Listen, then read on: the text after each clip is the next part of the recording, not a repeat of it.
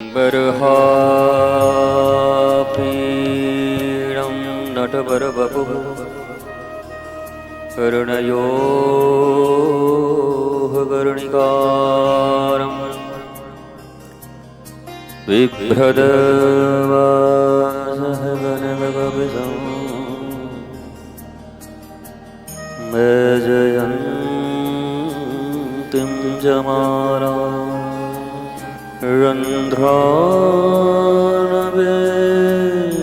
रन्ध्रानवेणुरधरसुधया पूरयन् गोपवृन्दे वृन्दारण्यं स्वपदरमणो प्राविशत् गीत कीर्ति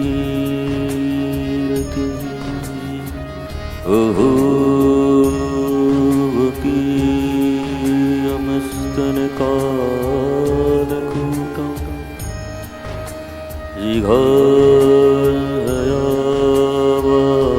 जिघायवायदप्यता लेभे गतिं धात्रिचिगां ततोऽन्यम् अम्बादयालो शरणं व्रजेम अम्बादयालो शरणं व्रजेम अम्बादयालो शरणं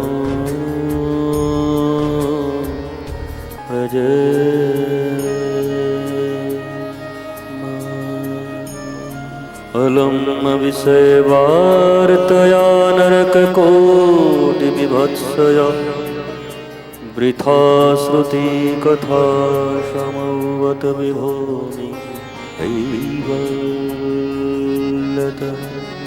हरीश भजनोन्मदाय सुगादय किं ततः परं तु मम राधिका वदरसे मनोमाजतु मनोमाजतु मनोमाजतु हरे कृष्णा कृष्णा कृष्णा हरे हरे हरे राम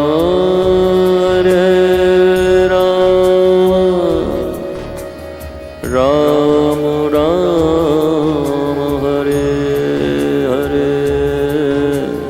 राम राम हरे हरे राम राम हरे हरे अहं भक्तपराधीनो इव इव साधु वीरभृष्टहृदयोर्भक्तैर्भक्त जनाप्रिय लाली मेरे लाल की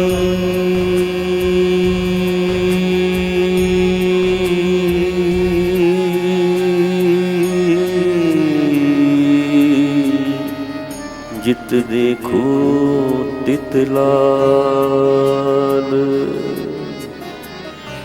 लाली देखन मैं गई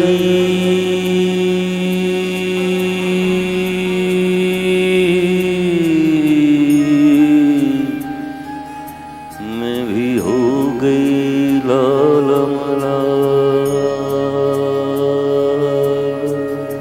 श्याम तन श्याम मन श्याम है हमारो धन आठो याम उधो हमें श्याम ही सो काम सूरदास की कार्य कमरिया चढ़ो न दो जो रंग चढ़ो न दूजो रंग।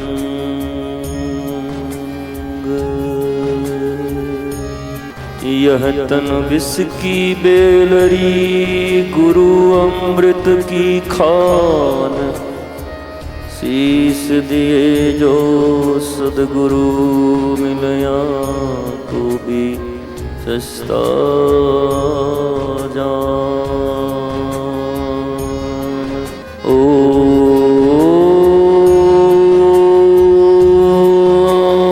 नमो भगवते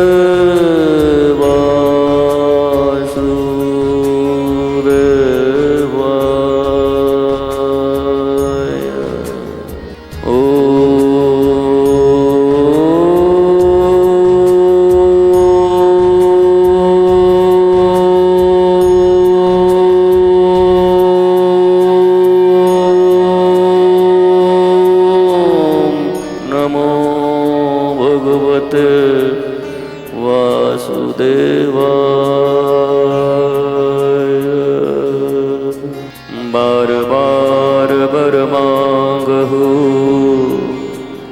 हरसि देहु श्रीरंग। पद सरोज अनुपायनी, भक्ति सदा सत्संग। भक्ति सदा सत्संग, सदा सत्संग।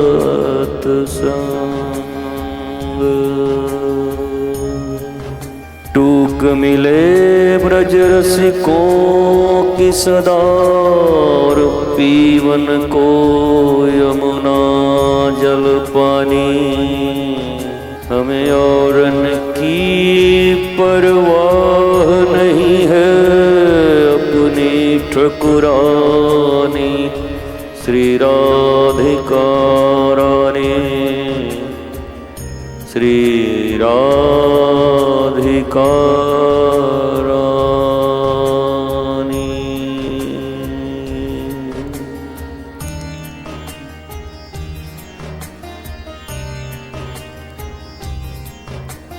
श्रीधाम वृंदावन अनंत आनंद, प्रेम, शांति का स्थान।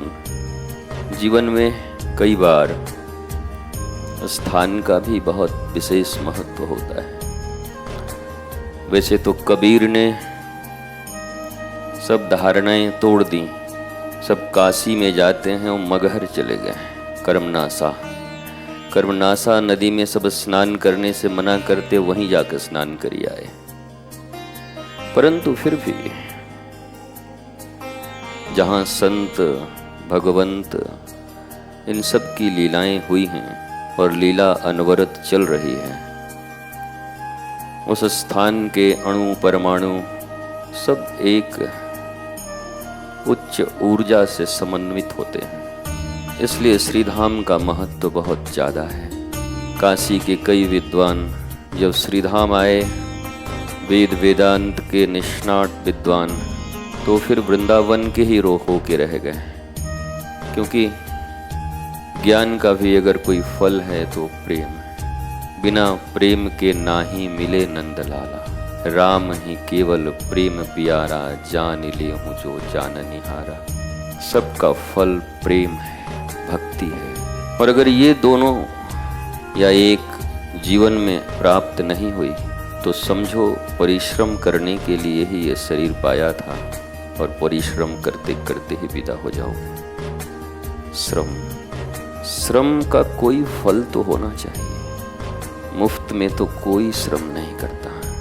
मजदूर भी 8 घंटे जब परिश्रम करते हैं तो उनको पारिश्रमिक चाहिए होता है, यद्यपि वो बहुत कम है एक परिवार के पालन और पोषण के लिए। फिर भी सभी श्रम इसी आशा में करते हैं कि उनको कुछ प्राप्त हो। ये कुछ वाले लोग जीवन भर दुखी रहते हैं, तकलीफ और शोक इनकी जिंदगी में रहती है। और जिन लोगों ने ये तय किया है कि श्रम तो करेंगे पर कुछ से नहीं मानेंगे, सब कुछ लेंगे। और वो सब कुछ कण कण में व्याप्त अनंत परमात्मा ही है, आनंद के मूल स्वरूप, शांति के मूल स्वरूप। इसलिए तुम भी कुछ पे मत मानना, सब कुछ के चक्कर में पड़ जाओ। लोग कहते हैं कि अपन तो कुछ कुछ में ही संतुष्ट हो जाते, नहीं होते हो। बाद में जब विदाई की समय आएगी इस पृथ्वी से तो ठगे हुए महसूस करोगे, ये कुछ कुछ के चक्कर में सब कुछ गंवा दिया। इसलिए प्रयत्न भी सब कुछ के लिए होना चाहिए। और वो ईश्वर कहो, शांति कहो, प्रेम कहो, आनंद कहो, भक्ति कहो, नाम जो भी हो, भक्ति भक्त भगवंत गुरु चतुर नाम बपु एक, इनके पद बंधन किए नास ही पेखना अनेक। बचपन से ही मैं भी कुछ कुछ के चक्कर में नहीं था। एक ऐसी प्रेरणा मिलती थी कि सब कुछ चाहिए, क्योंकि ये कुछ कुछ वालों को मैं देख रहा था, मेरे ही आसपास थे। कोई काका थे, कोई मामा थे, कोई दादाजी थे, कोई पड़ोस के शर्मा जी थे, कोई शर्मानी जी थी, पर सब कुछ कुछ में अटके हुए थे। पर उनके जीवन में मैंने बड़ी तकलीफें देखी, दुख देखा, असंतोष देखा, और मेरे हृदय में ये बात आई कि एक ही जीवन इन्हें भी मिला है, मुझे भी। अगर इन्हीं की तरह मैं चला तो मैं भी कुछ कुछ में रह जाऊंगा। फिर मैंने उन सबको प्रणाम किया मेरे गुरु के रूप में। वो सब प्रत्यक्ष मेरे गुरु थे, जो मुझे बता रहे थे कि कुछ कुछ में मत अटकना, कुछ कुछ का परिणाम ये है, तुम तो सब कुछ की ओर चलो।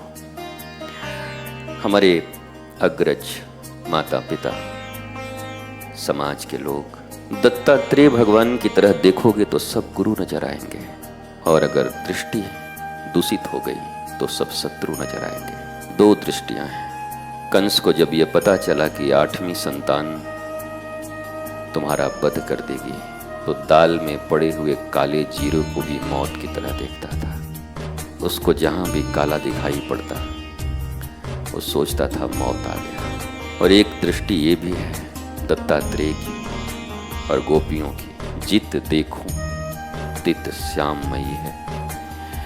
दत्तात्रेय ने कहा कि मैं तुम्हारी तरह तो उतना श्रेष्ठ नहीं हूं कि सब में श्याम दिखाई पड़े मुझे, पर इतना जरूर मैंने सोच लिया है कि जिससे जो मिलेगा श्रेष्ठ वो मैं लूंगा, सीखूंगा। उन्होंने हवा से, जल से, आकाश से, वायु से, अग्नि से, कुंवारी कन्या से, कबूतर से, सांप से, इस दुनिया में शायद ही ऐसा कोई जीव हो, निर्जीव हो, वस्तु हो, जिसको दत्तात्रेय ने गुरु न बनाया हो। सबको बना लिया। भागवत थोड़ी छोटी है तो 24 ही लिखा होगा, नहीं तो पूरी भागवत उनके गुरु के गुणगान में ही निकल जाती है। चींटी, मकड़ी, पता नहीं क्या क्या, ढोलक, सब कुछ न कुछ सिखा रहे हैं।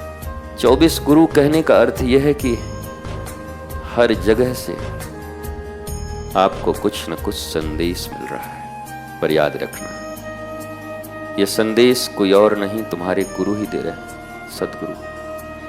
अखंड मंडलाकारं व्याप्तम येन चराचरम तत्पदम दर्शितम येन तस्मै श्री गुरुवे नमः। वो सब जगह वही है। ये कुछ खास लोग हैं जो दुखी हैं, जो गुरु को ही चाहते हैं और गुरु से ही चाहते हैं, वो दुखी हो जाते हैं। और व्यवहारिक जगत है भी ऐसा। बसंत बहार होटल में अगर बिल जमा कर रहे हो तो मोती मिष्ठान में मिष्ठान नहीं मिलेगी, बसंत बहार में ही मिलेगा। जहां दिया है वहीं से लेंगे।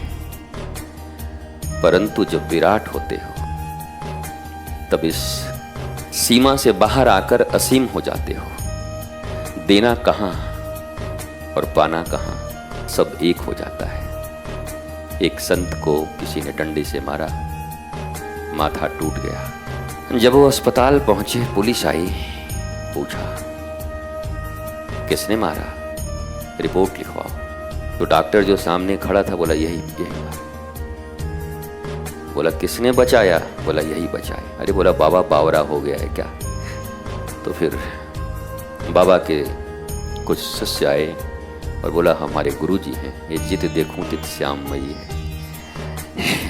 ये डॉक्टर बेचारा फंस जाता है, इनको बचा लो नहीं तो ये FIR हो जाती है इन पर, क्योंकि वो कहते थे कि उसके सिवा कोई है ही नहीं, मारा भी वही बचाया भी वही, तो अलग से नाम किसका बताऊं। डॉक्टर बोला अरे महाराज सारा बाबीगिरी हमारे पास मत दिखाओ, नहीं हम जेल पहुंच जाते अभी तो। व्यवहारिक रूप से तुम जहां करते वहां से पाना चाहते हो, पर जब तुम शाश्वत से जुड़ जाते हो, असीम से जुड़ जाते हो, अनंत से जुड़ जाते हो, तब तुम दो कहीं पाओ कहीं से, सब जगह वही दिखता है, उसी ने दिया है, उसी के द्वारा मिला है। वृंदावन के वो संत जो DU से आए स्टूडेंट को ये सिखा रहे थे कि तेरी दृष्टि में मैं लंगोटी में हूँ, पर मेरी दृष्टि में तो माँ के पेट से नंगा जन्म लिया था। ये जो फटी लंगोटी भी है ना, ये भी बिहारी जी की देन है, इसलिए कहता हूँ तूने बहुत कुछ दिया है, सब कुछ दिया है। और यही भाव ज्ञान की पराकाष्ठा है। ये ज्ञान ज्ञान सुनते होगे ना प्रवचनों में, ज्ञान ज्ञान ज्ञान ज्ञान ज्ञान ज्ञान ज्ञान ज्ञान ज्ञान। तो लगता होगा ये कितने रुपए किलो मिलता है, कहाँ से 1 किलो ले लूँ। कहीं पैक मिलता तो पैक ले लेते, खुला मिलता तो खुला ले लेते। सुनते हैं ज्ञान ज्ञान, पर ज्ञान अगर मुट्ठियों में समेट दो, इतना छोटा कर दो, तो इतना ही है कि सब जगह जब वो दिखने लगे, अपने पराये का भेद मिट जाए, राग द्वेष मिट जाए। हलवा खिलाया किसी ने तो राग हो गया, निंदा कर दी तो द्वेष हो गया। इस भाव से जैसे जैसे जिंदगी आगे बढ़ती जाएगी तो समझ लेना कि अब तुम्हारे भीतर ज्ञान का प्रादुर्भाव हो गया है।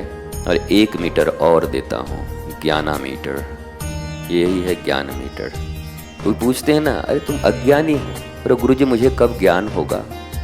बस जैसे ही इस चराचर जगत में, सृष्टि में वैरभाव मिटता हुआ दिखे, सब जगह उनका ही प्रकाश दिखे, सब जगह उनका ही करुणा, कृपा, शास्ति, स्वस्ति, आनंद, तो समझ लेना कि ज्ञान ने धोखा देकर मेरे भीतर प्रवेश पा लिया है। क्योंकि तुम तो आहरण किए नहीं हो, आ गया है वो।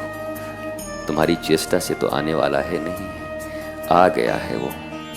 ज्ञान भी, भक्ति भी, प्रेम भी साधन साध्य से ज्यादा कृपा साध्य है। कृपा की बड़ी जरूरत पड़ती है। साधन तो कर रहे हैं, पर कृपा के बिना साधन असफल हो जाता है। इसलिए उनकी कृपा बनी रहे, करुणा बनी रहे। कृपा शब्द का अर्थ लोगों ने कहा है कर और पा। ठीक है, व्यवहारिक है, पर चलो इतना भी व्यवहारिक होने की क्या जरूरत है। एक जो गुदगुदी है, एक जो सिहरन है, एक जो अपनापन है, सेंसेशन, उसे क्यों मिटने दें। कृपा तो वही करता है, वो कैसे करता है कुछ खबर नहीं। तो ये भाव सदा बना रहना चाहिए। आदमी को प्रैक्टिकल के नाम पर इतना प्रैक्टिकल नहीं हो जाना चाहिए कि वो चावल आवे तो फिर लगे उसका रासायनिक नाम पूछने कि इसका केमिकल नेम क्या है और कैसे कैसे इसमें बनता है। तो वो जो बासमती चावल है उसका स्वाद भूल जाओ, स्वाद भी तो लेना है ना। बासमती चावल आया तो पोस्टमार्टम करने लगा, अच्छा ये कैसे कैसे बनता है, क्या क्या इसमें खाद जाते होंगे, इसका केमिकल कंपाउंड हमको बताओ तो काट के। चलो लेबोरेटरी ले चलते हैं, पहले लैब में। अरे भात खाओगे कि लैब जाओगे पहले। तो इतना भी प्रैक्टिकल होने की जरूरत नहीं। कुछ लोग बड़े प्रैक्टिकल हो जाते हैं, उनका सारा जिंदगी नीरस हो जाता है। हर जगह प्रैक्टिकल प्रैक्टिकल प्रैक्टिकल, जिंदगी नीरस। प्रैक्टिकल का अर्थ इतना ही है, आनंदित कितने हो, खुश कितने हो, मौज कितनी है, मस्ती कितनी है जिंदगी में, यही प्रैक्टिकल है। इसके सिवा अलग से कोई प्रैक्टिकलिटी नहीं है, व्यवहारिकता नहीं। जो जितना बड़ा व्यवहारिक, जो जितना बड़ा आध्यात्मिक, वो उतना आनंदित है, वो उतना ब्लिसफुल है, वो उतना मौज में। अहरनिश प्रकृति, परमात्मा और अस्तित्व की करुणा को बरसते हुए देखता है। सुनते हैं तेरी रहमत, दिन रात बरसती है, एक बूंद जो मिल जाए तो दिल की कली खिल जाए। राधे तेरे चरणों की गर धूल जो मिल जाए। वो रहमत, वो कृपा, वो करुणा जो बरस रही है, बस वो मुझ में समाती रहे। हम योग्य बनते रहें, घड़े सीधे रहें, उल्टा न रहे, चिकना न रहे। पानी जितना भी करे चिकना घड़ा पे सब फिसल जाता है। यहाँ भी बड़े चिकने घड़े बैठे होंगे, सुनने वाले भी कितने चिकने घड़े होंगे, उलट के बैठे होंगे। मुख नीचे होगा, पेंदी ऊपर होगी। बारिश गिरता जाएगा, ऊपर से चोट थोड़े बहुत और खाएंगे, पर पानी सब नीचे चली जाएगी। घंटे भर के बाद वो घड़ा चिल्लाएगा, बताओ परमात्मा भी भेदभाव करता है, ये बारिश भी भेदभाव करती है, मुझे न भर पाई, 3 घंटे से बरस रही। और एक तुमसे बड़ा पात्र वहां पड़ा था, पर वो सीधा खड़ा था और वो लबालब भरा हुआ था, मुस्कुरा रहा था। तरंग उसमें जल की नाच रही थी, खुश था। मैं लबालब भरा हुआ, तुम दुखी थे, परमात्मा ने भेदभाव कर दिया। अब तुम बताओ, ये भेदभाव परमात्मा का है या तुम्हारे समझ की, तुम्हारे प्रज्ञा की, बोध की? बोध और प्रज्ञा के प्रदाता गुरु हैं, इसमें कोई शंका मत रख। अप्पो पप्पो को मैं खारिज कर चुका हूं। अप्पो दीपो भव कोई नहीं होता। जिन बुद्ध ने यह घोषणा की कि अप्पो दीपो भव, उनके जीवन में भी 50 गुरु हैं, 50। जहां जहां गए वहां सीखे, जहां बरसों तक साधनाएं की, उस साधना से यह सीखा कि इससे तो बात नहीं बनेगी, तो वो भी गुरु हो गए। ये जो रास्ता है, इससे बात नहीं बनेगी, लेकिन यह भी तय है कि किसी भी वस्तु पर पड़ी हुई हथौड़ियां, वो 50वें हथौड़ी में जब टूटती है, तो इसका मतलब यह नहीं कि 49 बेकार थे। वो 49 के भी उसमें योगदान है। हर बार उसके मॉलिक्यूल्स टूट रहे थे भीतर भीतर, वो कमजोर हो रहा था और 50वें में टूटकर अलग हो गया। तो आदमी जो 50वां आएगा, बोला देखे एक कई घन में हमने तोड़ दिया, तो 49 क्या कर रहे थे वो, उन्होंने भी तोड़ा है। बस प्रत्यक्षतः तुम्हारे सामने आ गया। तो बुद्ध के जीवन में भी गुरु बहुत हैं, और इस दुनिया में जो कोई भी कहता है मेरे गुरु नहीं है, इट्स नॉट ट्रू। ये ट्रूथ से अलग है। दत्तात्रेय की तरह जगह जगह गुरु है। दत्तात्रेय की तरह माता पिता जो तुम्हें ठेस देता है। तुम्हारा शत्रु भी तुम्हारा गुरु है। तुम्हारे निंदा करने वाले भी तुम्हारे गुरु हैं। तुम्हारे पीछे जबरदस्ती असुरों की तरह पड़े हुए लोग भी तुम्हारे गुरु हैं, जो तुमको कुछ न कुछ सिखा जाते हैं। इसलिए ये कहना कि मेरे गुरु नहीं, ये कठिन है। हाँ, बात अलग है कि गुरुओं से बात धीरे धीरे बनती है, पर सदगुरु मिले तो सुनार की 100 चोट और लुहार का 1 चोट, एक ही चोट में काम बन जाता है। इसलिए सदगुरु अगर जीवन में आ गए तो बात बन गई। तब फिर मॉलिक्यूल से एक ही बार में ब्रेक हो जाएगा, टूट जाएगा। जैसे उंगलीमाल के जीवन में एक ही बार में टूट गया सब।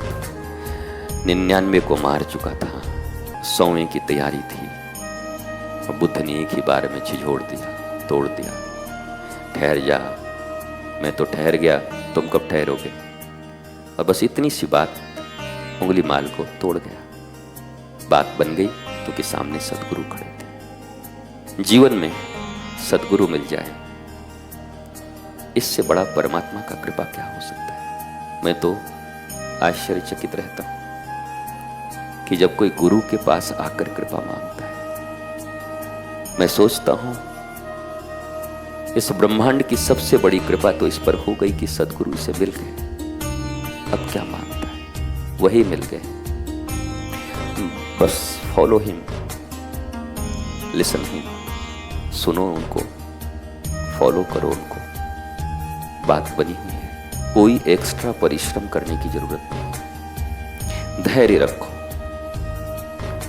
हजम करने की शक्ति रखो, लीवर ठीक हो, जॉन्डिस ना हो, बात बन जाएगी। वो आ गए हैं, सब हो जाएगा। हरि कृपा तब जानिए जब दीन मनुज अवतार। और गुरु कृपा तब जानिए जब छुड़ा देवे संसार। गुरु कृपा तब जानिए जब छुड़ा देवे संसार। सदगुरु नहीं, सदगुरु नहीं, क्योंकि सदगुरु का अर्थ ही पहले ही लग गया है सद। सत्यव्रतम सत्यपरम त्रिसत्यम श्री कृष्णम वंदे जगत गुरुम। सत्य कौन है? कृष्ण, राम, परमात्मा है। सदगुरु मिल गया, सदगुरु जो राह दिखाएगा, जगत से जगदीश की ओर ले ही जाएगा, तुम्हें ही जगन्नाथ बना देगा, शिवोहम की उद्घोषणा करा देगा। अहम ब्रह्मास्मि तुम्हारे भीतर प्रस्फुटित हो उठेगी। इसके लिए उनके समक्ष खड़ा होना ही बहुत है। कोई पूछता है आपके पास आया हूं क्या करना है, मैं कहता हूं खड़े ही हो जाओ। मेरे पास नहीं, सदगुरु के पास। मुझे तो लिखते हैं सदगुरु, पर मैं तो गुरु ही नहीं ठीक से। पर जो सचमुच सदगुरु, उनके पास खड़े हो जाओ। खड़ा होना ही बहुत है। हो गए तो बात बन जाती है। केवल खड़ा होना, गुरुजी हम तो खड़ा हो जाए, पर खड़े ही रहना। आसन ठीक हो, आंख कान नाक इंद्रियां सब ठीक ठीक जमी हुई हो। खड़ा होने का अर्थ क्या है? सावधान, तो सावधान, तो सावधान। खड़े हो गए, बात बन जाए। पूछते रहोगे, चंचलता रहेगी, दौड़ते रहोगे, उन्हें पी नहीं पाओगे, उन्हें जी नहीं पाओगे। देखो, सीखो, जो कहें करते रहो। अविचारणीय है उनकी आज्ञा। जब जब विचार आए अपने आप को डांटो, दुत्कारो, धिक्कार दो खुद को। तूने गुरु गोविंद की आज्ञा पर विचार किया, ऐ मन तो बहुत दुष्ट है, इसीलिए असंतुष्ट है। दुनिया में जितने दुष्ट हैं सब असंतुष्ट हैं, और जितने गुरु के समक्ष पूर्ण रूप से खड़े हैं इष्ट मानकर, वही हृष्ट हैं, पुष्ट हैं, तुष्ट हैं। कुछ कुछ अभी भी हमसे रुष्ट हैं। अब देखते हैं कब उनका काम बनता है, कब वो बढ़ते हैं, कब वो हैं तो जलेबी की तरह। आदमी जलेबी ही है, कम टेढ़ा थोड़ी आदमी। 2.5 पेंच वाला भी थोड़ी है, इमरती है, पता नहीं कितने पेंच हैं।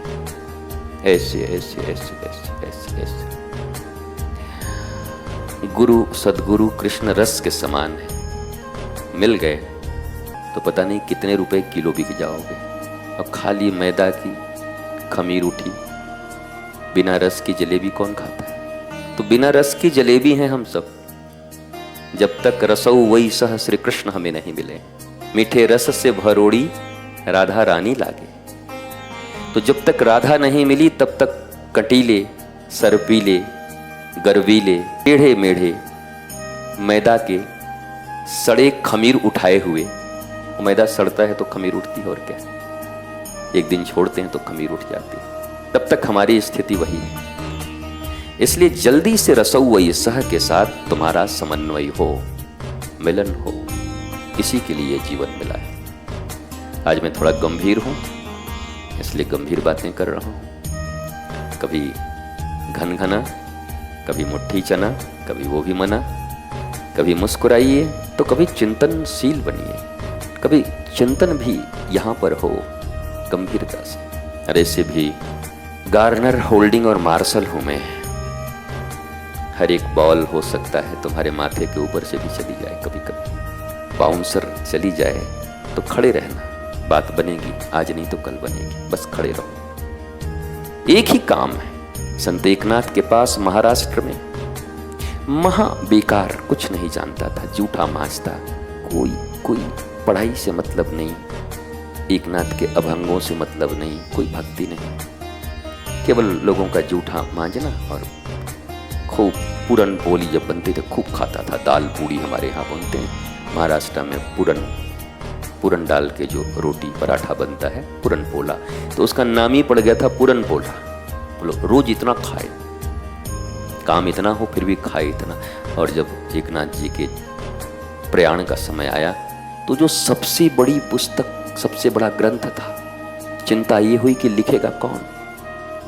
बड़े बड़े भगत, बड़े बड़े पढ़े हुए लोग सब खड़े थे कि गुरुजी अब हमको कहेंगे कि इसके सिवा कौन लिखेगा। तो गुरुजी ने कहा पूरन पोला को बुला दो। बोला वो क्या करेगा? बोला बेटा बाकी की किताब तुम लिख देना। वो दुनिया हैरान, ये लिखेगा जीवन में जिसने केवल बर्तन मांजे हों, पुरन पोली खा के मरा जा रहा है, ये लिखेगा।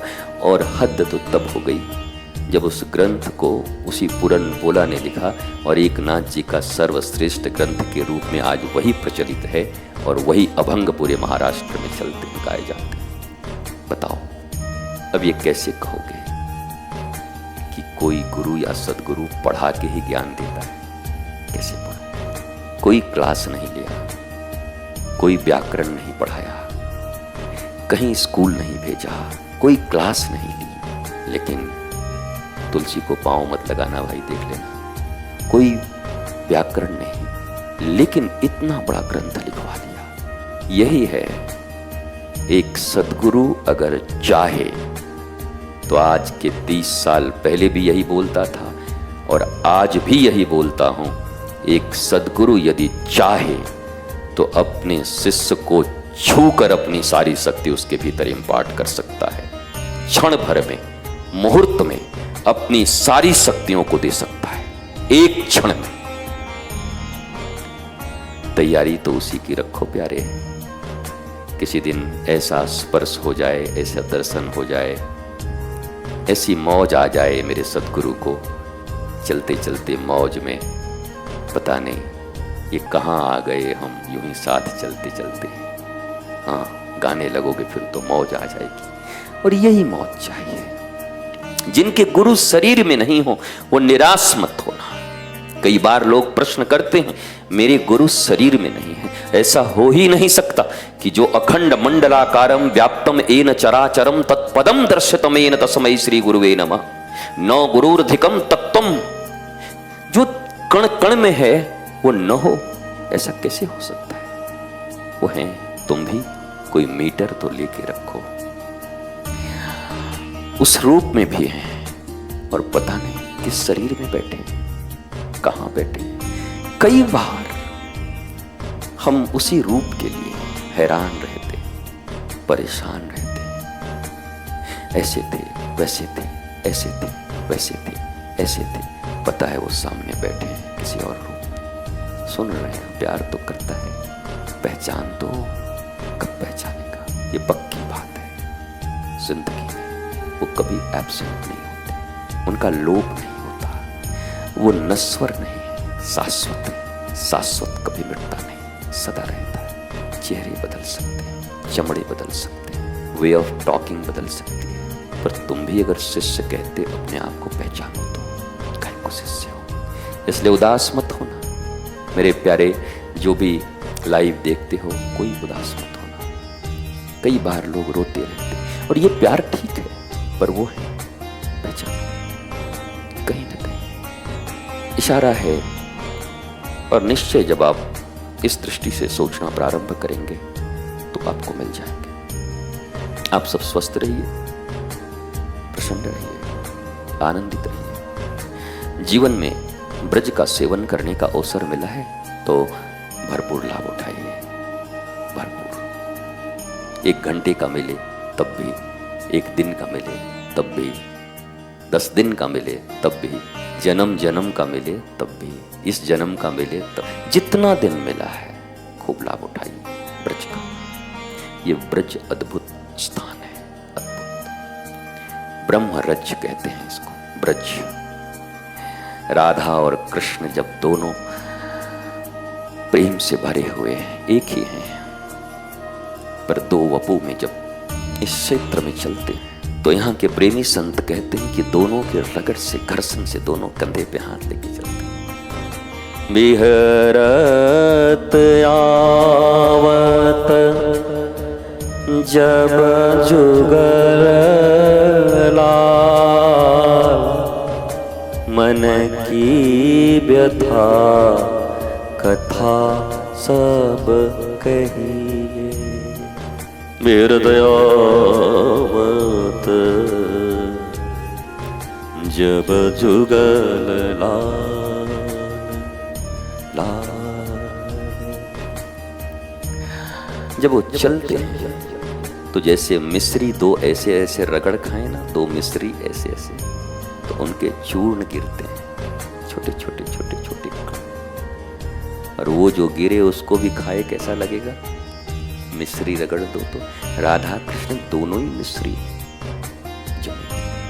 मधु मिश्री। अब मिश्री से बढ़िया कुछ होता नहीं, इसलिए नाम लेना पड़ रहा है, वरना ठाकुर मिश्रा मिश्री क्या होंगे बताओ।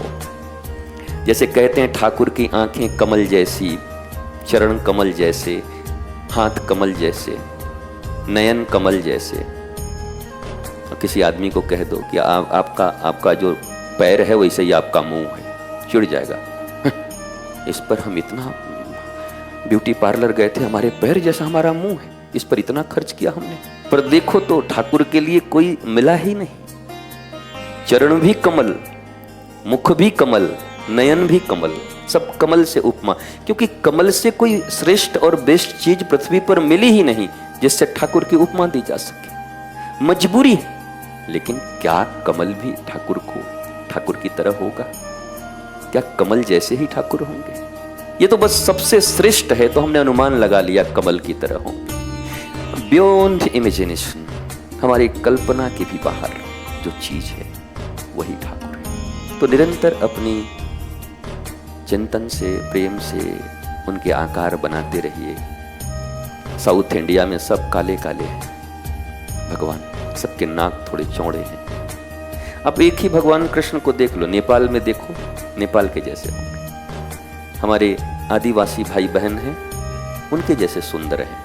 हमारे कहीं और चले जाओ जिनकी नाक नुकीली होती है, जिस क्षेत्र में लोग, वहां नुकीले नाक वाले कृष्ण मिलेंगे। जो सबसे अच्छा हम समझते हैं, हमारे मन से हमने उनको बनाया है ठाकुर को, पर हमने बनाया है, कोई हमारे बनाए जैसे थोड़ी हो। और कभी तो इस पे भी लड़ाई होने लगती है, नहीं नहीं नहीं, ये ऐसा नहीं होता, ऐसा होता। अरे भैया आपके ऐसे होंगे, हमारे ऐसे ही, क्या करोगे? वो जामुन ले गया था ना गुरुजी का चेला, सालिग्राम थे, नदी में धो धा के बेचारा टन से गिर गए नदी में। बोला गुरुजी तो आज कूट देंगे हमको। बताओ, इतना पुराना सालिग्राम इतना बड़ा गिर गया। बड़ा उदास होकर बैठा था, एक चरवाहा था। बोला क्या हुआ? बोला आज तो हम गए गुरुजी। बोला क्या करे? अरे बोला इतना बढ़िया बढ़िया जामुन है, ले जाए इसको। सो खूब बड़ा एक जामुन तोड़ के दे दिया। वो भी महाराज खूब कपड़ा वपड़ा में ओढ़ा के बोले गुरुजी पकड़िए, अपना स्नान करा के ले आए। सो गुरुजी बोले लाओ एक बार हम भी स्नान करा देते। उनका नियम था। गुरुजी भी डाल करके मसले तो पचाक। बोले ये क्या हुआ? ये क्या है? अरे बोले हम क्या करें, ये क्या है? इधर आ तू। अरे बोला आपके ठाकुर जी। बोला ऐसे कैसे? बोला पुनी पुनी चंदन, पुनी पुनी पानी, और सड़ गईलन देवता तो हम का जानी। बचपन से हम देख रहे हैं 10 बार चंदन 10 बार पानी। गुरुजी कोई समय तो होता है ना, बेचारे सड़ गए, क्या करें पानी में। और ये गुरुजी बोले नालायक इधर आ। तो ठाकुर जी सड़ गए हमारे, गिरा दिया नदी में। तो सीधा साधा भगत था वो। तो जिसको जो जैसा भाव जिसका है वैसे ही ठाकुर जी उनके ठाकुर जी मिल गए। हम अपने ही भावना के अनुरूप ठाकुर जी बनाते हैं, और भावना के अनुरूप ठाकुर जी तो बनाते भी हैं, खिलाते भी अपनी ही भावना के अनुरूप। डोसा पसंद है हमको तो डोसा भोग लगेगा। जो हमको अच्छा लगता है, बोला क्या? बोला आज ठाकुर जी को सुनो, हाँ आज जरा आलू टमाटर का बढ़िया डाल करके, आज ज्यादा मसाला मत डालना, पेट खराब है मेरा। ठाकुर जी का थोड़ी खराब है तो बनवाओ उनके लिए रोज जो बनवाता है। आदमी ठाकुर जी के लिए थोड़ी बनवाता है, बनवाता तो अपने नाम लगा दे। ठाकुर जी उसमें भी खुश है कि इतना भी तो कर दे, बना अपने ही लिए पर नाम तो मेरा ले ले कि मेरे लिए हम उतने ही में खुश हैं। हम भोक्ता हैं, सर्वरस के भोक्ता हैं, बस डेडिकेटेड टू ठाकुर जी, उनके लिए बनाया। एक आदमी सुबह सुबह सब्जी लेने जाता था, शर्मा जी मिले। बोला क्या कहाँ जा रहे हैं? अरे बोला आप क्या बताएं, हम बच्चे का आज प्रातः से एग्जाम हो गया है, गर्मी का दिन आ गया है, उसी के लिए सब्जी लेने आए हैं बंटाधार। एक आदमी और जा रहा था। बोला कहाँ? अरे बोला आज प्रातः प्रातः आया हूँ, ठाकुर जी के लिए ताजी ताजी सब्जी ले जा रहा हूँ, खूब सुंदर ठाकुर जी का भोग बनाएंगे और हम सब प्रसाद पाएंगे और बच्चा एग्जाम देने जाएगा। लेने दोनों ही सब्जी गए हैं, एक हम दो हमारे दो में फंस के मर गया, भावना उसकी ग्रहण न हो ठाकुर जी को। एक ने कहा कि ठाकुर जी के लिए आए हैं, आज प्रातः प्रातः ठाकुर जी के लिए ताजी सब्जियां बनाएंगे, ठाकुर जी को भोग लगाएंगे, हम भी प्रसाद पाएंगे, हमारा लाला भी प्रसाद पाएगा और एग्जाम में दे आएगा। भावग्राही जनार्दन। अब बताओ इसमें तुम्हारा क्या लगता है? गुरुजी हम लोग गृहस्थी हैं, ज्यादा नहीं कर पाते। अरे गृहस्थी क्या मन से भी हो, मानसिक भी नहीं कर सकते, भाव भी नहीं कर सकते। ये गृहस्थी बोल के ठगना क्यों चाहते हो ठाकुर जी को? ठाकुर जी कह रहे हैं केवल मेरे लिए भावना कर दो, मेरे लिए भाव रखो बस। बोला ये कौन है? बड़ा पत्नी के लिए रोज रोज साड़ी ले जाते हैं। बोला क्या करें, ठाकुर जी ने दिया है, ठाकुर जी ने तो भेजा है हमारे सामने अर्धांगिनी बना करके। ठाकुर जी की बच्ची है और ठाकुर जी की बच्ची की सेवा हम न करें तो कौन करे? एक भाव ये भी है। बढ़िया पति के लिए भोजन बना रहे हैं, किसके लिए? बोला ठाकुर जी के लिए बना रहे हैं, पतिदेव भी प्रसाद पाएंगे, इसका भोग लगेगा ठाकुर जी का और प्रसाद पाएंगे पतिदेव। क्योंकि बाकी काम तो राक्षसों का है, डायरेक्ट जो बनाओ खाओ सब राक्षस लोग असुर करते हैं। तो ठाकुर को केवल भाव चाहिए, भावग्राही जनार्दन। अब इसमें भी अगर साधु हो गृहस्थी हो गए, अब इसमें भी हमको टाइम नहीं, इसमें कितना टाइम लगता है बताओ मेरे को? ये भावना करने में कितना समय लगा? मैं आया अभी 8 बजे तक लोगों से मिला, लोग आए गए, मिले सबसे, फिर अंदर गए, स्नान किया, तिलक लगाया, आपके सामने ठाकुर जी को ठाकुर जी की कथा सुनाने के लिए उपस्थित हो गया। अब भाव हमारा है कि 8:30 बजे हमारे ठाकुर जी बैठ जाएंगे तो उनकी सेवा करेंगे, वाणी से सेवा करेंगे ठाकुर जी की। उस भाव से आकर बैठे तो हमारा ये आधा घंटा बैठना भी ठाकुर जी के खाते में चली गई। तेज तरार लोग हैं हम लोग, सब अपना काम ठाकुर जी पे दे देते हैं, ठाकुर जी के लिए आ गए। एक आदमी और है यहाँ पर जो चटाई लगा रहे होंगे, आसन आपके लिए 3-4 लोग लगा रहे होंगे, एक लगा रहा होगा। सब काम हम ही को करना है, हम यहाँ पर नौकर बन के आए हैं, दाई हैं हम, जब से आए हमको 1 मिनट चैन नहीं है। इससे बढ़िया तो हमारा घर था, हम बर्बाद हो गए, ये वृंदावन में यही मेरे को करना था। उसकी जिंदगी बेकार है। एक आदमी आया, सब उठाया, ऐसे प्रणाम किया, वाह वाह वाह वाह वाह, ठाकुर जी की दिव्य कथा होगी, ठाकुर जी विराजेंगे, हनुमान लला विराजेंगे, सखियां विराजेंगी, ठाकुर जी विराजेंगे, गुरुदेव भगवान का आगमन होगा, बड़े बड़े संत, बड़े बड़े भक्तों का यहाँ आगमन होगा, उनके चरण रज यहाँ पड़ेंगे, उनके लिए मैं आसन लगा रहा हूं। आज मेरा जीवन धन्य हो गया। करा दोनों ने, एक का हो गया बंटाधार और एक का हो गया उद्धार। अच्छा, आंखों से देखने से पता नहीं चलेगा। हाँ जी, आज कौन कौन लगाया? बोला गबलू बबलू, पर पता चला गबलू को तो ठाकुर जी ने स्वीकार कर लिया, अब बबलू के लिए यमराज बैठा हुआ है, इसको बड़ा कष्ट है, जल्दी उठाओ। अब रोज कष्ट करोगे तो ठाकुर जी यमराज को बोल के रखे हैं कि देखो भाई, ज्यादा जो कष्ट में पड़े उसको ले आना, बेचारा हमारा बच्चा है, रोज कष्ट ही में पड़ा हुआ है, उसको ले आओ जल्दी से। इसलिए सोच समझ के कष्ट के बारे में बोला करो। रोज वो मरने वाले बोलते, हे भगवान उठा नहीं लेते। वो हेरा फेरी पिक्चर मैंने देखा था, मुझे भी दिखाया लोगों ने। बाबू भाई बोले उठा ले रे देवा, उठा ले, मेरे को नहीं इनको, ऐसा बोलता है वो, ये देवा इनको उठा ले। तो रोज रोज बोलोगे उठा लो उठा लो उठा लो, तो ठाकुर जी भी कहेंगे बहुत दिन से हाजिरी लगा रहा है, आज उठा ही लो।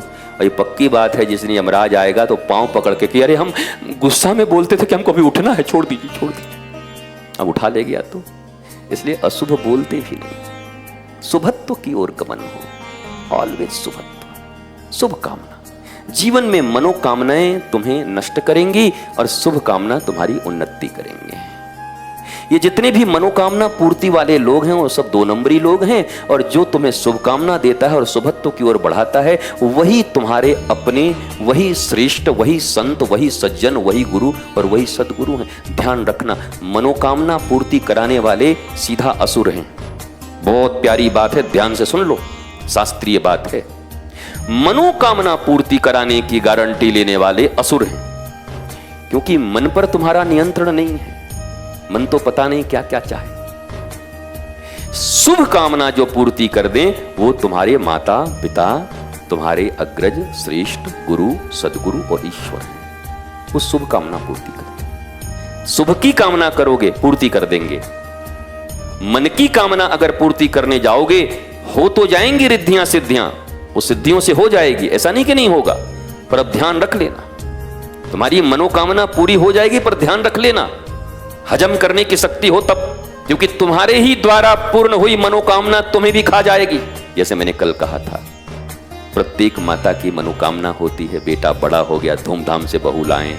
अब बहू लाएं तो कैसा लाएं? बोला बहू खाली क्या आवे, साथ में गाड़ियों आ जाए, कारऊ आ जाए, थोड़ा व्यापारऊ आ जाए।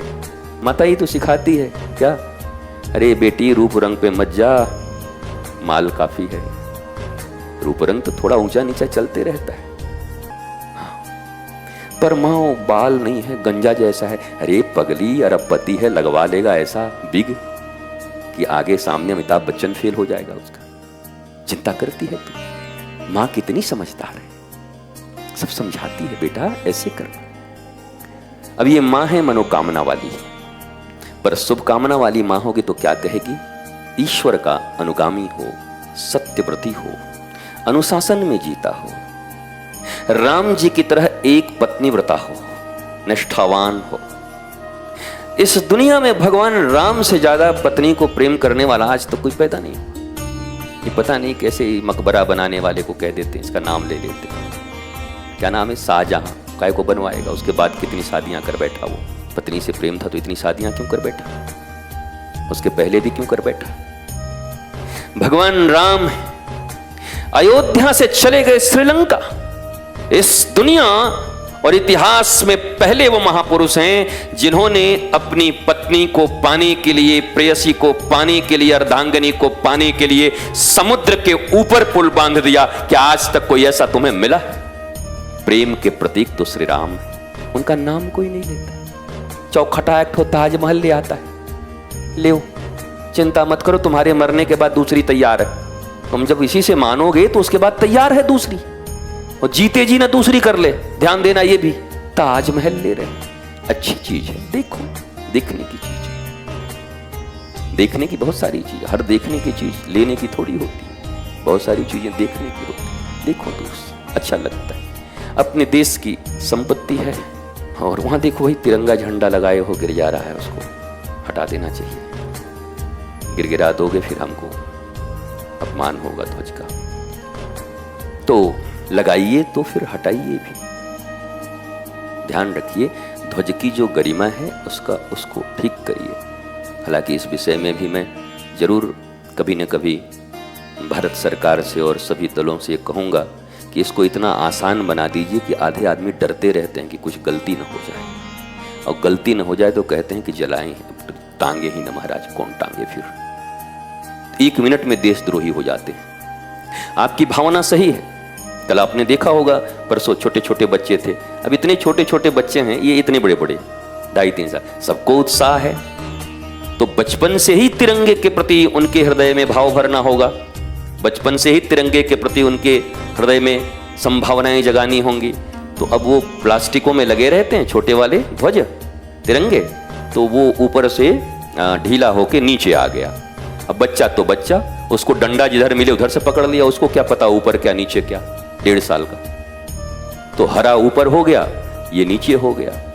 फिर उस पर तुरंत देख करके फिर अरे बालक, मेरे प्यारे बच्चे, ये क्या है? लाल नहीं बेटा, केसरिया, केचलिया। ये कहाँ रहता है? ऊपर, ऊपर। अब उसको समझाइए, बताइए केसरिया ऊपर रहता है, पर 1 सेकंड के लिए गिर गया, उसी में राष्ट्रद्रोह हो गया तो क्या करेंगे? विचारणीय प्रश्न है भारतवासियों। और भारत के संविधान के निर्माता लोग जो अमेंडमेंट करते हैं, उनके लिए भी करबद्ध एक निवेदन है, एक भारत के नागरिक के रूप में, कि इसको ऐसा सहज बनाइए कि हर व्यक्ति डरे नहीं, बल्कि शान और सम्मान से तिरंगे का प्रयोग करे। अरे पूरा सालों भर करे, अपने धनाधन तिरंगा लहरा रहा है, थोड़ी सम्मान बना रहे, पर भूल से कोई गलती हो जाए तो फिर ऐसा न हो जाए कि अमिताभ बच्चन का पिक्चर ये अंधा कानून है, फिर बेचारा चला ही जाए, फिर ऐसा ना हो। फिर इसको ध्यान रखना, फिर ध्यान रखना कि गड़बड़ी हो गई है। अब भावना उनकी सही थी, हालांकि हमारे कानून में भी यही माना जाता है, मोटिव अच्छा हो तो कोई बात नहीं है। आप देखते होंगे ड्राइवर गाड़ी चलाते हैं, ब्रेक फेल हो गया और असैसिनेशन हो गया, किसी की मृत्यु हो गई, तो बहुत बड़ा मुकदमा उन पर नहीं होता। ब्रेक फेल हो गया, आदमी चला गया, और पर साबित हो जाए कि जानबूझ के चढ़ा दिया तो आजीवन, क्योंकि मारने का मनसा था। इनका मनसा मारने का नहीं था, यंत्र ने धोखा दे दिया, या अचानक इनको मिर्गी आ गई, हार्ट अटैक इन्हीं को हो गया, तभी कहां देख रहे हैं कि कौन मरेगा कौन जिएगा। तो ये स्थिति होती है। ऐसे ही मुझे लगता है कुछ लचीलापन होना चाहिए, क्योंकि हम भी डर जाते हैं कभी कभी। कई बार हमको भी लोग डराते हैं, गुरुजी आप आजकल ये नियम आया सावधान रहिएगा। वो हमको भी लगता है महाराज ठीक है सावधान है, पर ध्यान रखिएगा देख के। इसको थोड़ा लचीला बनाया जाए। 15 अगस्त का कल का दिवस, स्वतंत्रता दिवस, कितना अच्छा हुआ, कितना आनंद हुआ। यहाँ भी पूरा आज हमारा आश्रम तो 4 दिन पहले से और अभी तक, और हमने कहा 26 जनवरी तक बनाए रखो यही माहौल, और फिर जब 26 जनवरी आएगा तो हम कहेंगे 15 अगस्त तक यही माहौल बनाए रखो। तो एक को दिन रुके ही नहीं राष्ट्र प्रेम की भावना। सालों भर राष्ट्र प्रेम की भावना से भरे रहें, देश प्रेम की भावना से भरे रहें, तिरंगे की भावना से भरे रहें। कितना बढ़िया, कितना सुंदर, कितना आनंदित जीवन हो जाए भारतवासियों का। रोज देखेंगे वो इतना डरा दिया है कि सिर्फ 15 अगस्त को लगाना, इतने बजे उतारना, ऐसे अगर ऊंचा हुआ तो तुम्हारी ऐसी तैसी हो जाएगी, राष्ट्रद्रोह का मुकदमा हो जाएगा। तो आदमी लोगों ने कहा कि बढ़िया है हम लगाएंगे ही नहीं, जान बचे तो लाख उपाय, लौट के बुद्धू घर को आए। इसलिए सरल बना दीजिए, इतना सरल बनाइए कि तिरंगा हमारी शान और जान बन जाए। डरे नहीं लोग, प्रेम हो तिरंगे को देखकर, हाँ हमारा तिरंगा है। दिव्य दिव्य भाव से ऐसी भावना, और ऐसी भावनाएं कौन भरेगा? देखो ये संत के हृदय में ही आएगा।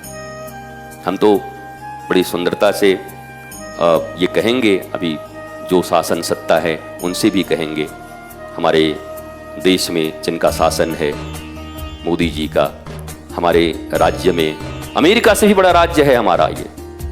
अमेरिका की जितनी जनसंख्या ने उससे ज्यादा हमारी हो गई। उत्तर प्रदेश चलाना मतलब अमेरिका चलाना है, समझ लो मोटा मोटा। तो उत्तर प्रदेश में हमारे संत महंत योगी आदित्यनाथ जी हैं, एक अच्छे संत हैं, महंत हैं, ऊपर से कुशल प्रशासक हैं, और उनके नेतृत्व में इन सब चीजों का भी उत्थान होगा, हो रहा है। जैसे हमारे ब्रज का इतना विकास हुआ, देखो कितना सुंदर ब्रज हो रहा है, धीरे धीरे चारों तरफ विकास हो रहा है।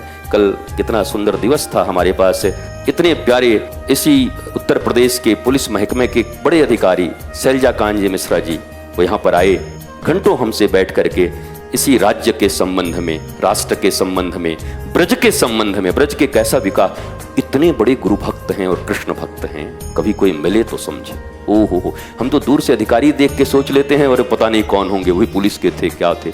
इतनी गुरु भक्ति कूट कूट के भरी हुई कि आप गुरु भक्ति सीखिए उनसे, इतने अद्भुत।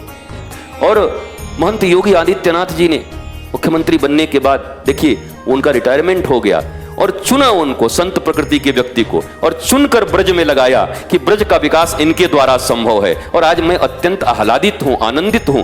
कल भी हमने सुना कि कितनी योजनाएं हैं उनके मन में इस सनातन के प्रति, उत्तर प्रदेश और देश के प्रति, राष्ट्र के प्रति, इस ब्रज के विकास के लिए मैं आह्लादित हो गया। ऐसा लगा जैसे कोई संत से ही वार्ता हो रही, और संत प्रकृति है। तो जब इस प्रकार के लोगों का आगमन होगा, मैं किसी पार्टी पॉलिटिक्स की बात नहीं करता, मुझे पता है मुझे लोग गाली देंगे, इसके बाद लोगों का शुरू हो जाएगा बाबा जी आपको ये नहीं बोलना चाहिए। अब मैंने पहले ही कहा है कि भैया मेरी ये आदत है, इस बात को समझ लो, मैं भारत का एक नागरिक हूं, और भारत में सनातन संस्कृति, भारत अच्छे से चले, उत्तर प्रदेश अच्छे से चले, शासन व्यवस्था अच्छी हो, यहां पर हमारी बहन बेटियां रातों में भी घूम सकें, जा सकें, आह्लादित हो, सबकी सुरक्षा हो। और इस मामले में तो आज अन्य प्रदेश भी मानते हैं कि उत्तर प्रदेश एक ऐसा प्रदेश है कि जो दंगों का प्रदेश है, और दंगा करने से पहले लोगों को अब सोचना पड़ता है कि दंगा करें तो न करें। यहां से 50-50 कोस की दूर में जब दंगा करने के लिए सोचता है तो लोग कहते हैं खबरदार, वो तो गड़बड़ भाषा में था, पर यह सही बात है। लोग कहते हैं सावधानी से करना, यहां वो सरकार नहीं है, महंत योगी आदित्यनाथ बैठे हुए हैं, दंगों को बर्दाश्त नहीं करते। तो आपको बड़ाई करनी चाहिए, अच्छी चीजों की बड़ाई करनी चाहिए। अगर आप करेंगे अच्छे चीजों की बड़ाई, तो निश्चित तौर पर समझिए अच्छे लोगों का देश में आगमन होगा, प्रदेश में आगमन होगा। जिसने जो अच्छे कार्य किए हैं उनकी बड़ाई करिए, जो उनकी नीतियां अच्छी है उनकी बड़ाई करिए। ये मत कहिए हमको राजनीति से मतलब नहीं है, हमको राजनीति से पूरा मतलब रखते हैं, दिन रात रखते हैं, सुबह शाम रखते हैं, अंदर बाहर रखते हैं, मोबाइल में रखते हैं, लेकिन हमको राजनीति से मतलब नहीं है। ये दो प्रकार का जीवन क्यों? सीधा राजनीति हमारे देश की है, हमारे देश की प्रजा के लिए है। अगर यहाँ की राजनीति खराब हुई तो यहाँ बैठे जो सत्संग सुन रहे हैं इनका जीवन भी खराब होगा, आपके जीवन भी दुभर होंगे। आप बताओ, सुंदर शासन व्यवस्था हो, चारों तरफ निर्भीकता हो, तो रात के 12 बजे भी सत्संग सुन करके घर वापस जा पाओगे। और व्यवस्था ऐसी बन जाए कि 6 बजे शाम में भी डर लगे तो कौन सत्संग सुने और कौन सत्संग करे। तो ये तो सबके लिए जरूरी है, बच्चे बच्चे के लिए जरूरी है। इसके लिए मैं साधुवाद देता हूं हमारे ब्रज का, ब्रजमंडल का, जो कि भगवान श्री कृष्ण की स्थली है। भूरी भूरी उनको आशीर्वाद है, प्रेम है सैलजा कान जी को। और महंत योगी आदित्यनाथ जी ने जो इस उत्तर प्रदेश में अभियान छेड़ा है हमारे तीर्थों को सजाने का, वो खूब तीर्थ सजाएं, साधु संत सब साथ, सारी जनता साथ। लोग कहते हैं केवल साधु संत साथ, क्यों भैया? कानून व्यवस्था सही होगी तो सबके लिए होगी कि साधु संतों के लिए सिर्फ होगी? बताओ। चारों तरफ आह्लाद आनंद उमंग होगा तो केवल साधु संतों के लिए होगा कि सबके लिए होगा? सबके लिए होगा। तो जनता के रूप में सबको लाभ मिल रहा है। मैं पुनः ऐसे श्रेष्ठ लोगों को, ज्येष्ठ लोगों को भगवान राधा कृष्ण का आशीर्वाद मिलता रहे, वो चिरायु हो, शतायु हो, और इस ब्रज का विकास, उत्तर प्रदेश का विकास, पूरे राष्ट्र का विकास, और वसुधैव कुटुंबकम की जो हमारी अवधारणा है, पूरी वसुधा हमारी कुटुंब है, पूरी वसुधा में मानवता का विकास हो। और ये सनातन संस्कृति ही कर सकता है, क्योंकि वो पूर्ण पृथ्वी को अपना भाई, अपना बहन, अपना परिवार समझता है। आप सबको प्रणाम करता हूँ। आनंद आह्लाद में रहिए, जीवन में बढ़ते रहिए। बेबाक बोलना आपको सीखना होगा। अगर जीवन में आप मनुष्य हैं तो बेबाक बोलिए, बेबाक बोलेंगे, निर्भीक रहिए। वो जीवन 70 साल की है, 50 तक रहे कि 60 तक रहे कि 70 तक चले कि 42 तक चले, और फिर इतना भी समझ लीजिए कि जाको राखे साइयां मार सके ना कोई, बाल न बांका कर सकेगा जो जग बैरी होए। सुंदर बातें कहिए, डरिए मत, सुंदरता को आगे ले जाइए। धर्म के विरुद्ध अगर चलें, ये शासन भी, ये सत्ता, खुलकर विरोध करिए। धर्म विरोधी आचरण हो, प्रजा विरोधी आचरण हो, लोक विरोधी आचरण हो, लोगों की समस्याएं बढ़े तो बोलिए, न बोलेंगे तो चुप रह जाएंगे, शासन व्यवस्था अच्छी नहीं होगी। हमें भी अच्छा ही शासन चाहिए। श्री कृष्ण भगवान और राधा रानी से प्रार्थना करते हुए, आज 15 अगस्त कल था, आज 16 है, राष्ट्र का आजादी का, स्वतंत्रता का दिवस था। तो हमारा राष्ट्र कितना प्रगति किया, इस विषय में सोचना हम प्रत्येक का कर्तव्य है। 76 हो गए, धीरे धीरे धीरे धीरे हमारे उम्र बढ़ते जा रहे हैं, स्वतंत्रता की और अच्छा होता जाए, इसके लिए हमारा चिंतन भी होना बहुत जरूरी है। आप सबको भी मैं निर्भीक बनाना चाहता हूं, आप भी निर्भीक हों, और राष्ट्र की उन्नति, सनातन संस्कृति की उन्नति, प्रत्येक व्यक्ति निर्भीकता से इस राज्य में, राष्ट्र में जी सकें, इसके लिए आप भी अपना योगदान देते रहेंगे। साधना करिए, नाम करिए, ठाकुर जी के उत्सव करिए, पर साथ साथ सामाजिक जागरण भी रखिए। सामाजिक जागरण जरूरी है, पारिवारिक जागरण जरूरी है, राष्ट्र जागरण जरूरी है। आपको नमन बंदन प्रणाम तीसरी बार, अब एक बार और करना है तो 1 मिनट तक और बोल लेते हैं। बिना 4 बार किए तो हम बंद करते नहीं। 4 बार आपको जब तक प्रणाम न कर लें, आप मस्त रहिए, स्वस्थ रहिए, ये न कह दें, तब तक बात बनती नहीं है। आप सबको भूरी भूरी आशीष भगवान राधा कृष्ण का, और यहाँ बैठे समस्त लोगों से हम ये कहेंगे, आप सब भी ब्रज वृंदावन में आए हैं तो ब्रज वृंदावन के विकास की और वृंदावन को स्वच्छ करने के अभियान में लगे रहिएगा। प्लास्टिक इत्यादि फेंक जाते हैं, थोड़ा कम फेंकिएगा। जो जो गड़बड़ी करते हैं यहाँ मत करिएगा। तीर्थ में किए हुए पाप मिटते नहीं, और तीर्थ में किए हुए पुण्य भी नहीं मिटते। इस बात का सदा ध्यान रखेंगे जो लोग बाहर से आते हैं। कोई भी ऐसा काम न करेंगे कि इस प्यारी सी ब्रज की भूमि पर भगवान राधा कृष्ण को कष्ट हो, उनकी भूमि पावन से अपवित्र होने लगे। यमुना जी में भी जाएं तो कैसे यमुना महारानी, एक तो खुद ही इतनी मुश्किल हो गई है, कालिया लोग सब पड़ गए हैं पीछे, कितने कालिया लगे हुए हैं, नाग। उन कालिया नागों से उनकी मुक्ति हो। हमारे अत्यंत प्रेमी, हमारे पुत्र स्वरूप हमारे राजू द्विवेदी जी सदा इस विषय में अपना मंगल कार्य संतों के मिलन का एक मार्ग बनाते रहते हैं, संतों के बीच में समन्वय कराते रहते हैं। हमारे तो पुत्र ही हैं, वो निरंतर कार्य करते रहें। श्री आनंदम धाम राष्ट्र निर्माण, सनातन संस्कृति के रक्षा के लिए और लोगों में भक्ति, प्रेम और भावना भरने के लिए एक संस्थान बना है। आप मिलकर, आप सब मिलकर इस संस्थान के साथ चलते रहें, इसके अच्छे कार्यों में अपना सहयोग देते रहें। आपकी शुभकामना हमारे लिए बहुत है, आप शुभकामना देते रहें, शुभ भावना हमें भेजते रहें, ये बहुत है। बाकी भगवत कृपा से सब कुछ है, चल ही रहा है, हो ही जाएगा। आपकी शुभकामना की बहुत जरूरत है। शुभ विचार आते हैं तो लिखिए, शुभ चीजें हृदय में आती हैं तो लिखिए। यहाँ के सत्संग के लिए भी धीरे धीरे खूब विकास हो, विस्तार हो। सत्संग के इतने प्रेमी हैं वृंदावन में, सूचनाएं उन तक दिया करें, पहुंचाया करें। वे बहुत सत्संग के प्रेमी रहते हैं। हमारा काम है लोगों तक सूचना पहुंचा देना। इतने बजे यहाँ सत्संग होता है, इतने बजे यहाँ आरती होती है। 7:30 बजे श्रीधाम वृंदावन के श्री आनंदम धाम में लाडली निकुंज बन हजारों दीपक के साथ आरती। 8:30 बजे ज्ञान और भक्ति का प्रवाह और फिर प्रसाद इत्यादि सब यहाँ पर उपस्थित है। अब आप लोगों को प्रणाम, नमन, वंदन। स्वस्थ रहिए, मस्त रहिए, व्यस्त रहिए, आनंदित रहिए। जीवन में कोई प्रश्न हो, जो लाइव सुना करते हैं, आज आप प्रश्न लिख के भेजेंगे और वो प्रश्न आपका सेलेक्ट होगा, चुन लिया जाएगा, तो उन प्रश्नों का उत्तर भी आपको कल दिया जाएगा।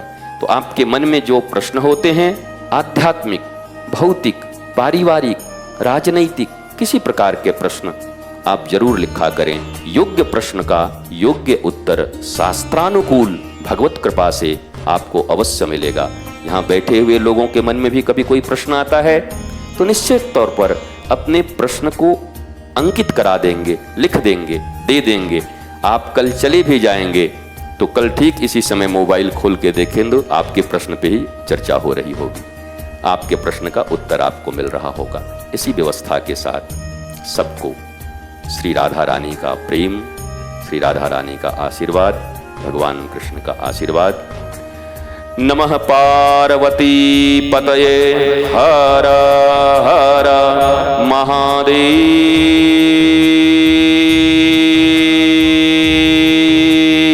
शंभो।